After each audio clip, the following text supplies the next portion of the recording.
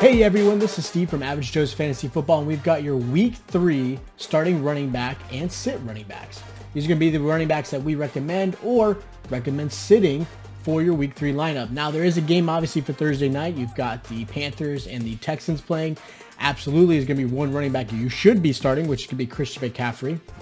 We'll go over those players that might be dealing with some injuries.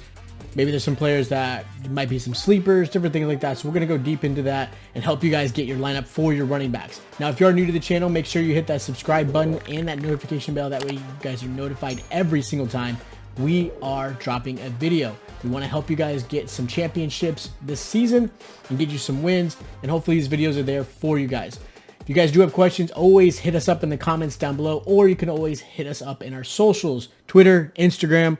Whatever's easier for you guys, hit us up in the DMs. We'll be able to answer any of those questions you guys have. We want to be able to be as personable as we can to you. That way you guys get that one-on-one attention. Now we're going to jump right into this. So these are going to be your obvious picks as far as who should be starting this week. I know Kamara might be one you guys are kind of like, man, he didn't really do well. And I understand that, but Kamara is still somebody you want to start every week. I do have Eckler, and here's another good one. And then Chubb. I don't have Kareem Hunt because Kareem Hunt still is the second running back, but I do have Chubb in there. These are obvious. These are the guys you have to absolutely start, all right? Now, as far as your starts get, this is going to be the first guy I have for your starts. It's going to be Chase Edmonds versus the Jaguars. So, look, Arizona's got an easy matchup against the Jacksonville Jaguars. They are 24th against the run. They're allowing about 26.9 points to the running back position, which is 23rd ranked right now, okay? And Edmonds has been a little off, and part of that is the fact, look, the Cardinals have a really strong pass offense, and it's a very explosive offense, but don't be too nervous about Chase Edmonds. He will be a good option for you guys. And especially with this team, I think they're going to be already up by 2 or 3 touchdowns, and they're just going to use Edmonds to run out the clock. Now, as far as the next guy I have as far as a good start, it's going to be Josh Jacobs.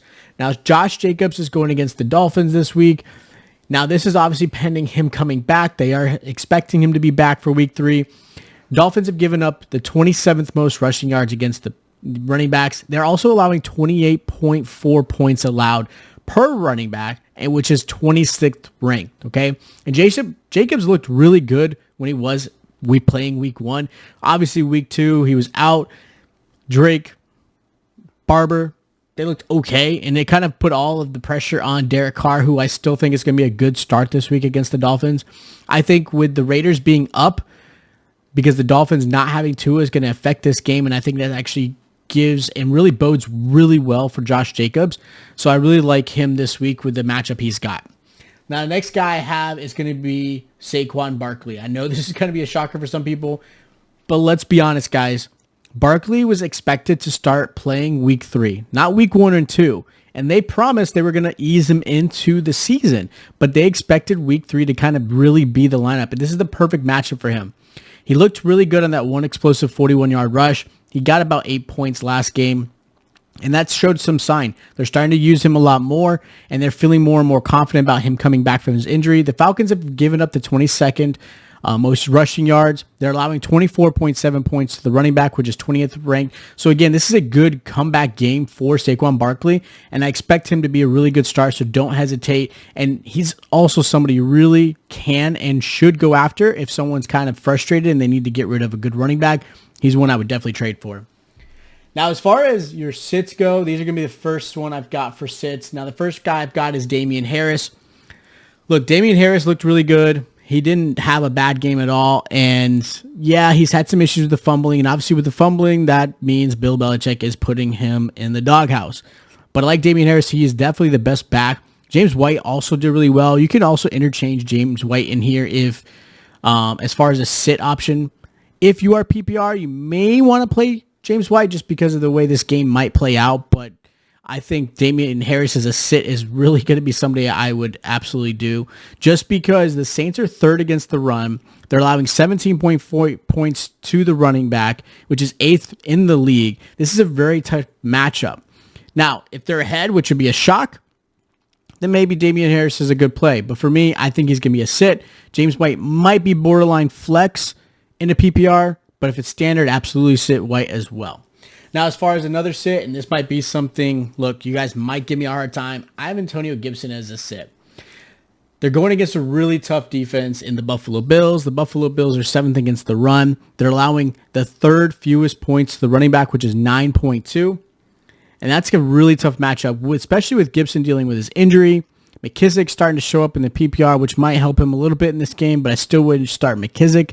The Buffalo Bills are going to be a team that's going to be up ahead, and that's going to keep that offense going, which the defense really loves and obviously gives Gibson and Heineke, like I have as a sit, a really tough time this week. So I don't trust Washington's offense at all.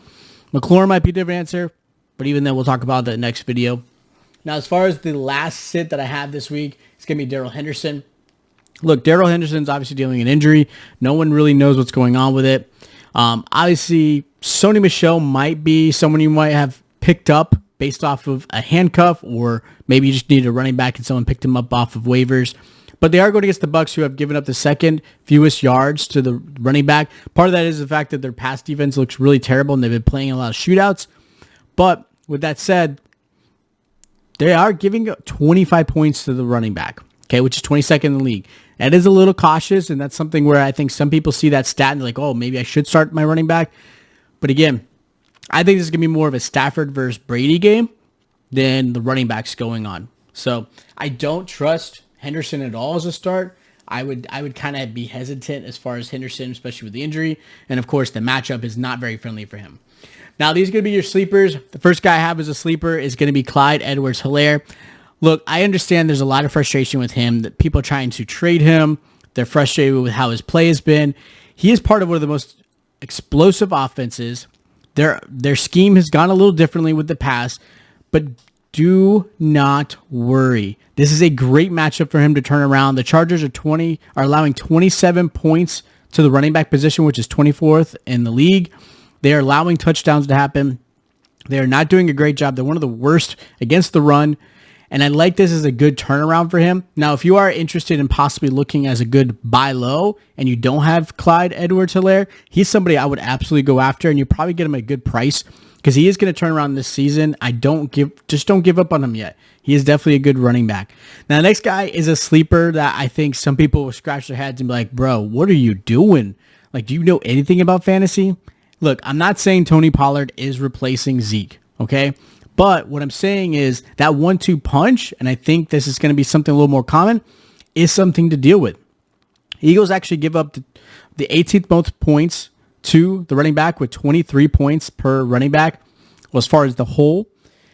And if you saw what Pollard really did, he really kind of sat in the slot. Obviously, Amari Cooper's dealing with an injury, which is going to be something that we have to look at. So Pollard might be a little bit more used as a receiver. So if you are PPR, he's another good option. I do have Zeke as a good play. I don't have as an obvious start. I kind of thought about putting him there, but it's not an obvious. There are some other possible plays you might want to do just because the Eagles actually are a pretty good defensive team overall. But I do like Pollard against the Eagles as a good sleeper. I know a lot of people picked him up as far as the waiver goes, so he might be somebody that you want to go after. Maybe put him as a flex, or if you have a super flex, something like that. There's something. Or, of course, if you do DFS might be a really good option to kind of put that risk into Tony Pollard, but I like him a lot. So there's your week 3 start and sits for the running back position. If you guys do have questions, please feel free to hit us up in the comments. We'll obviously answer every question you guys give us, whether it be your trade, waivers, or start and sits. We want to help you guys out with week 3. Obviously, there will be football going on. If you guys do have other questions, or maybe you don't want to put in the comments, hit us up in our DMs. Follow us on our socials, Twitter and Instagram. If you did like what you saw in the video, make sure you hit that like button and hit the subscription button if you are unsubscribed. That way you guys can help us with this, give you guys some videos, hit that notification bell. That way you guys are getting a new video every single time we're dropping our next 2 start and sit videos with the wide receiver and tight end, obviously the next day. So make sure you stay tuned for that. And I look forward to seeing you guys next time.